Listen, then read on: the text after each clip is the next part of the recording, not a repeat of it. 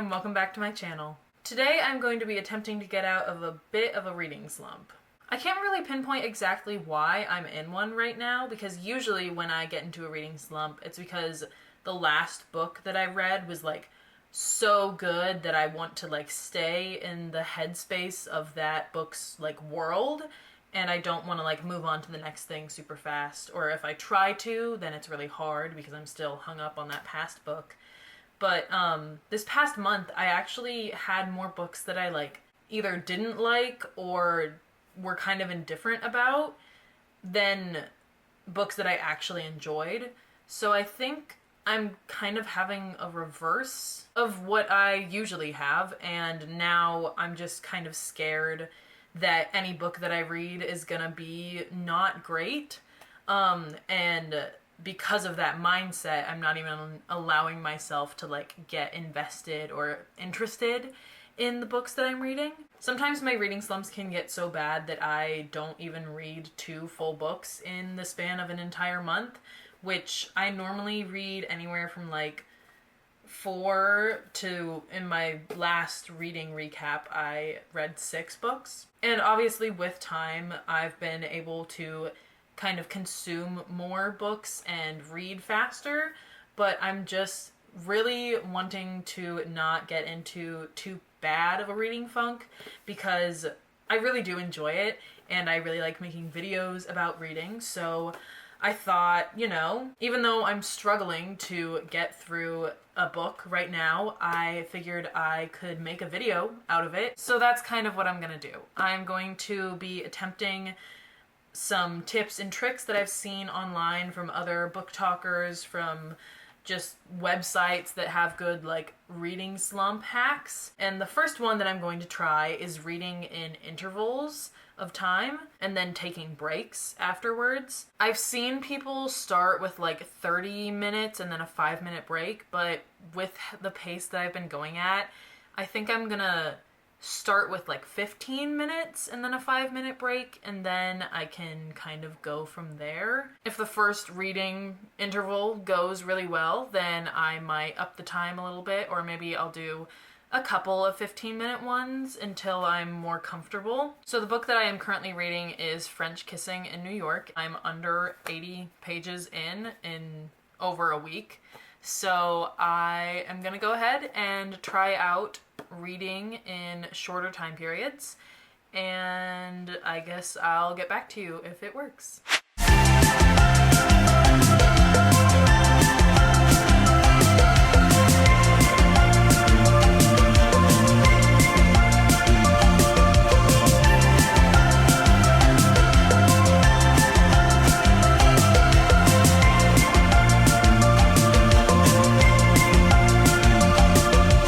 So my first 15-minute timer is now up, and I have read just about 15 pages. So it's not looking so great with about a minute per page, but I am gonna try 15 minutes one more time, and then probably try for 20 minutes and see how that goes. And if that does not go well, I guess I will be moving on to the next tip and trick of how to get over a reading slump.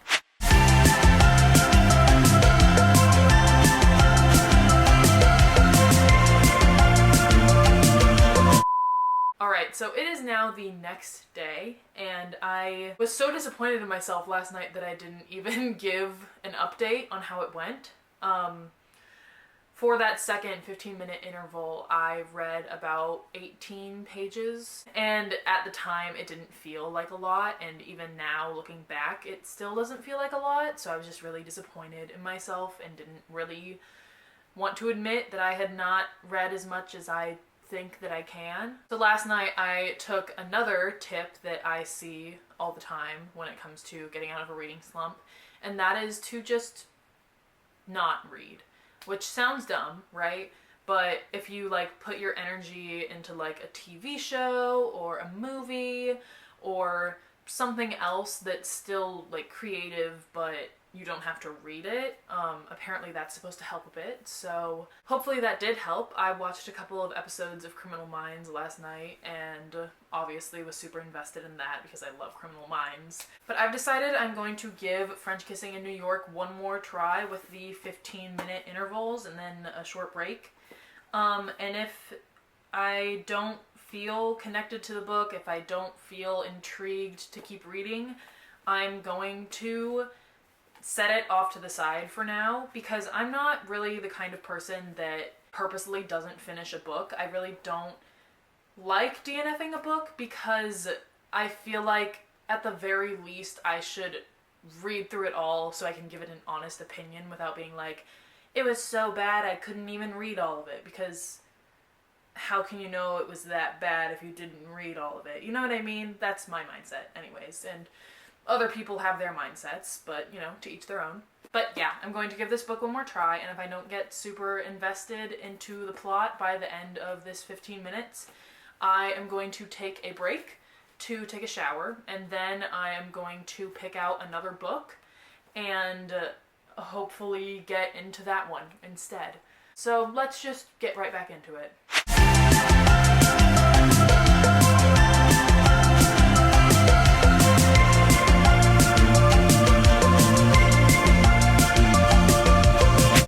Can't stand this. I can't stand this. I'm sorry. I have to pause. Am I still recording?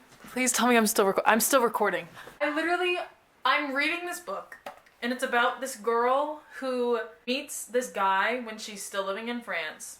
This American, I'm pretty sure. And she's like, in a year from now, we're gonna meet each other in New York in Times Square. And they don't meet each other, which, like, sure, whatever, fine, okay. But I feel like I've read almost all of this book, which is totally an exaggeration, obviously. This is how much I've read. This is how much is left. It's an exaggeration, and I know that, but I'm so angry. For the past several chapters, she's been actively looking for this guy in some places that he, like, apparently casually brought up when they were having their, like, one day in France together. And she's checked all of them, and everyone's like, no, I haven't seen him before. And obviously, I get it. It's New York. There's a lot of people. You're not going to remember every face. But I'm so bored. I'm so bored. Like, I know he comes eventually. I know he shows up eventually. But I'm so bored. I literally just want to put this down now. I can't keep doing this. I am so bored. I'm going to finish the rest of this timer. I've got 12 minutes left. But I'm literally so over it. I can already feel the low review. And it is upsetting because I was really excited for this book because look at how cute the cover is. If nothing else, the cover is adorable. Like, I can't keep doing this. I will keep doing this because I'm not gonna DNF this book because I'm too stubborn to do that. But I don't wanna. Anyways, I had to give an update because this is actually getting on my nerves. And if he doesn't show up by halfway through this book, I might not pick it up again. Anyways, I'm gonna keep going. BRB. That scared me so bad. So today's reading sprint was a bit more successful than yesterday. I started at page 112 today and ended at 142. So that's exactly 30 pages. I'm still not really intrigued by the plot of this book just because it feels like it's moving so slowly. But now that I have picked up the speed of which I'm reading, I feel like I am getting closer to actually meeting the other character again. I don't know. I feel like I should keep trying. I do think I'm gonna take a shower before that next reading sprint though. Like, give myself some time away from the book to determine if I'm actually excited to read it again or if I just want to get it over with, you know what I mean? So I guess I'll decide what exactly I want to do after I take my shower, but I will be right back. Alright, so I am now back from taking my shower. I admittedly got a bit distracted on my phone, which is part of the reason I'm trying to get out of my reading slump, because I don't want to be spending so much time on my phone. I don't want to be glued to my screen all day. I want to be able to put it down willingly and pick up a book. So while I was in the shower, I decided that I'm going to leave French Kissing in New York alone for a little while, because I think really I don't want to read it. I just kind of want to get it over with. So I'm gonna set it aside for now, and hopefully I'll get the urge to pick it up by myself. Not just to finish it, but actually to read it and enjoy the plot. And I am instead going to pick up People We Meet on Vacation by Emily Henry. As I've said multiple times before, Emily Henry is amazing. And I mean, I don't have to tell you that. If you're even remotely into books, then you know that Emily Henry is a great author.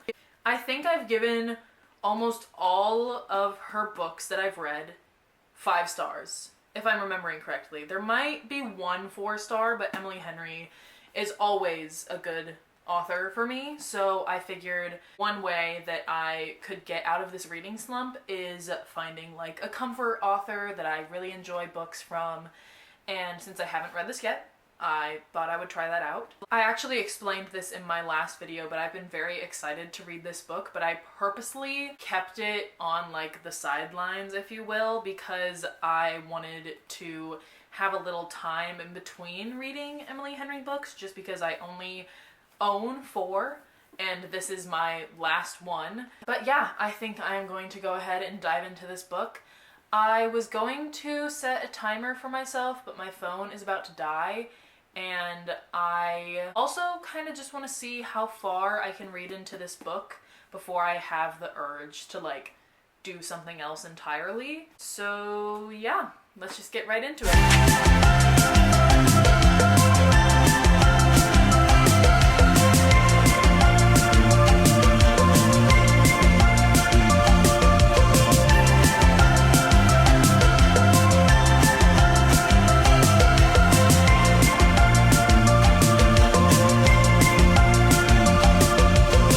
So I think I am now out of my reading slump.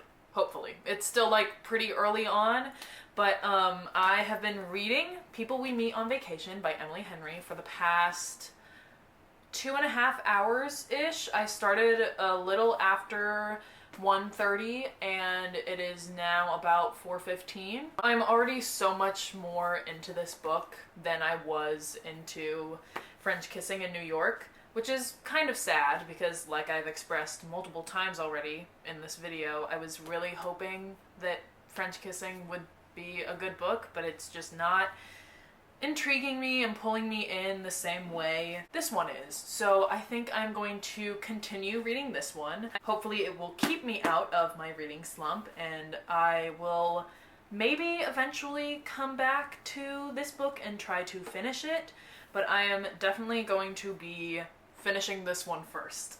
Definitely.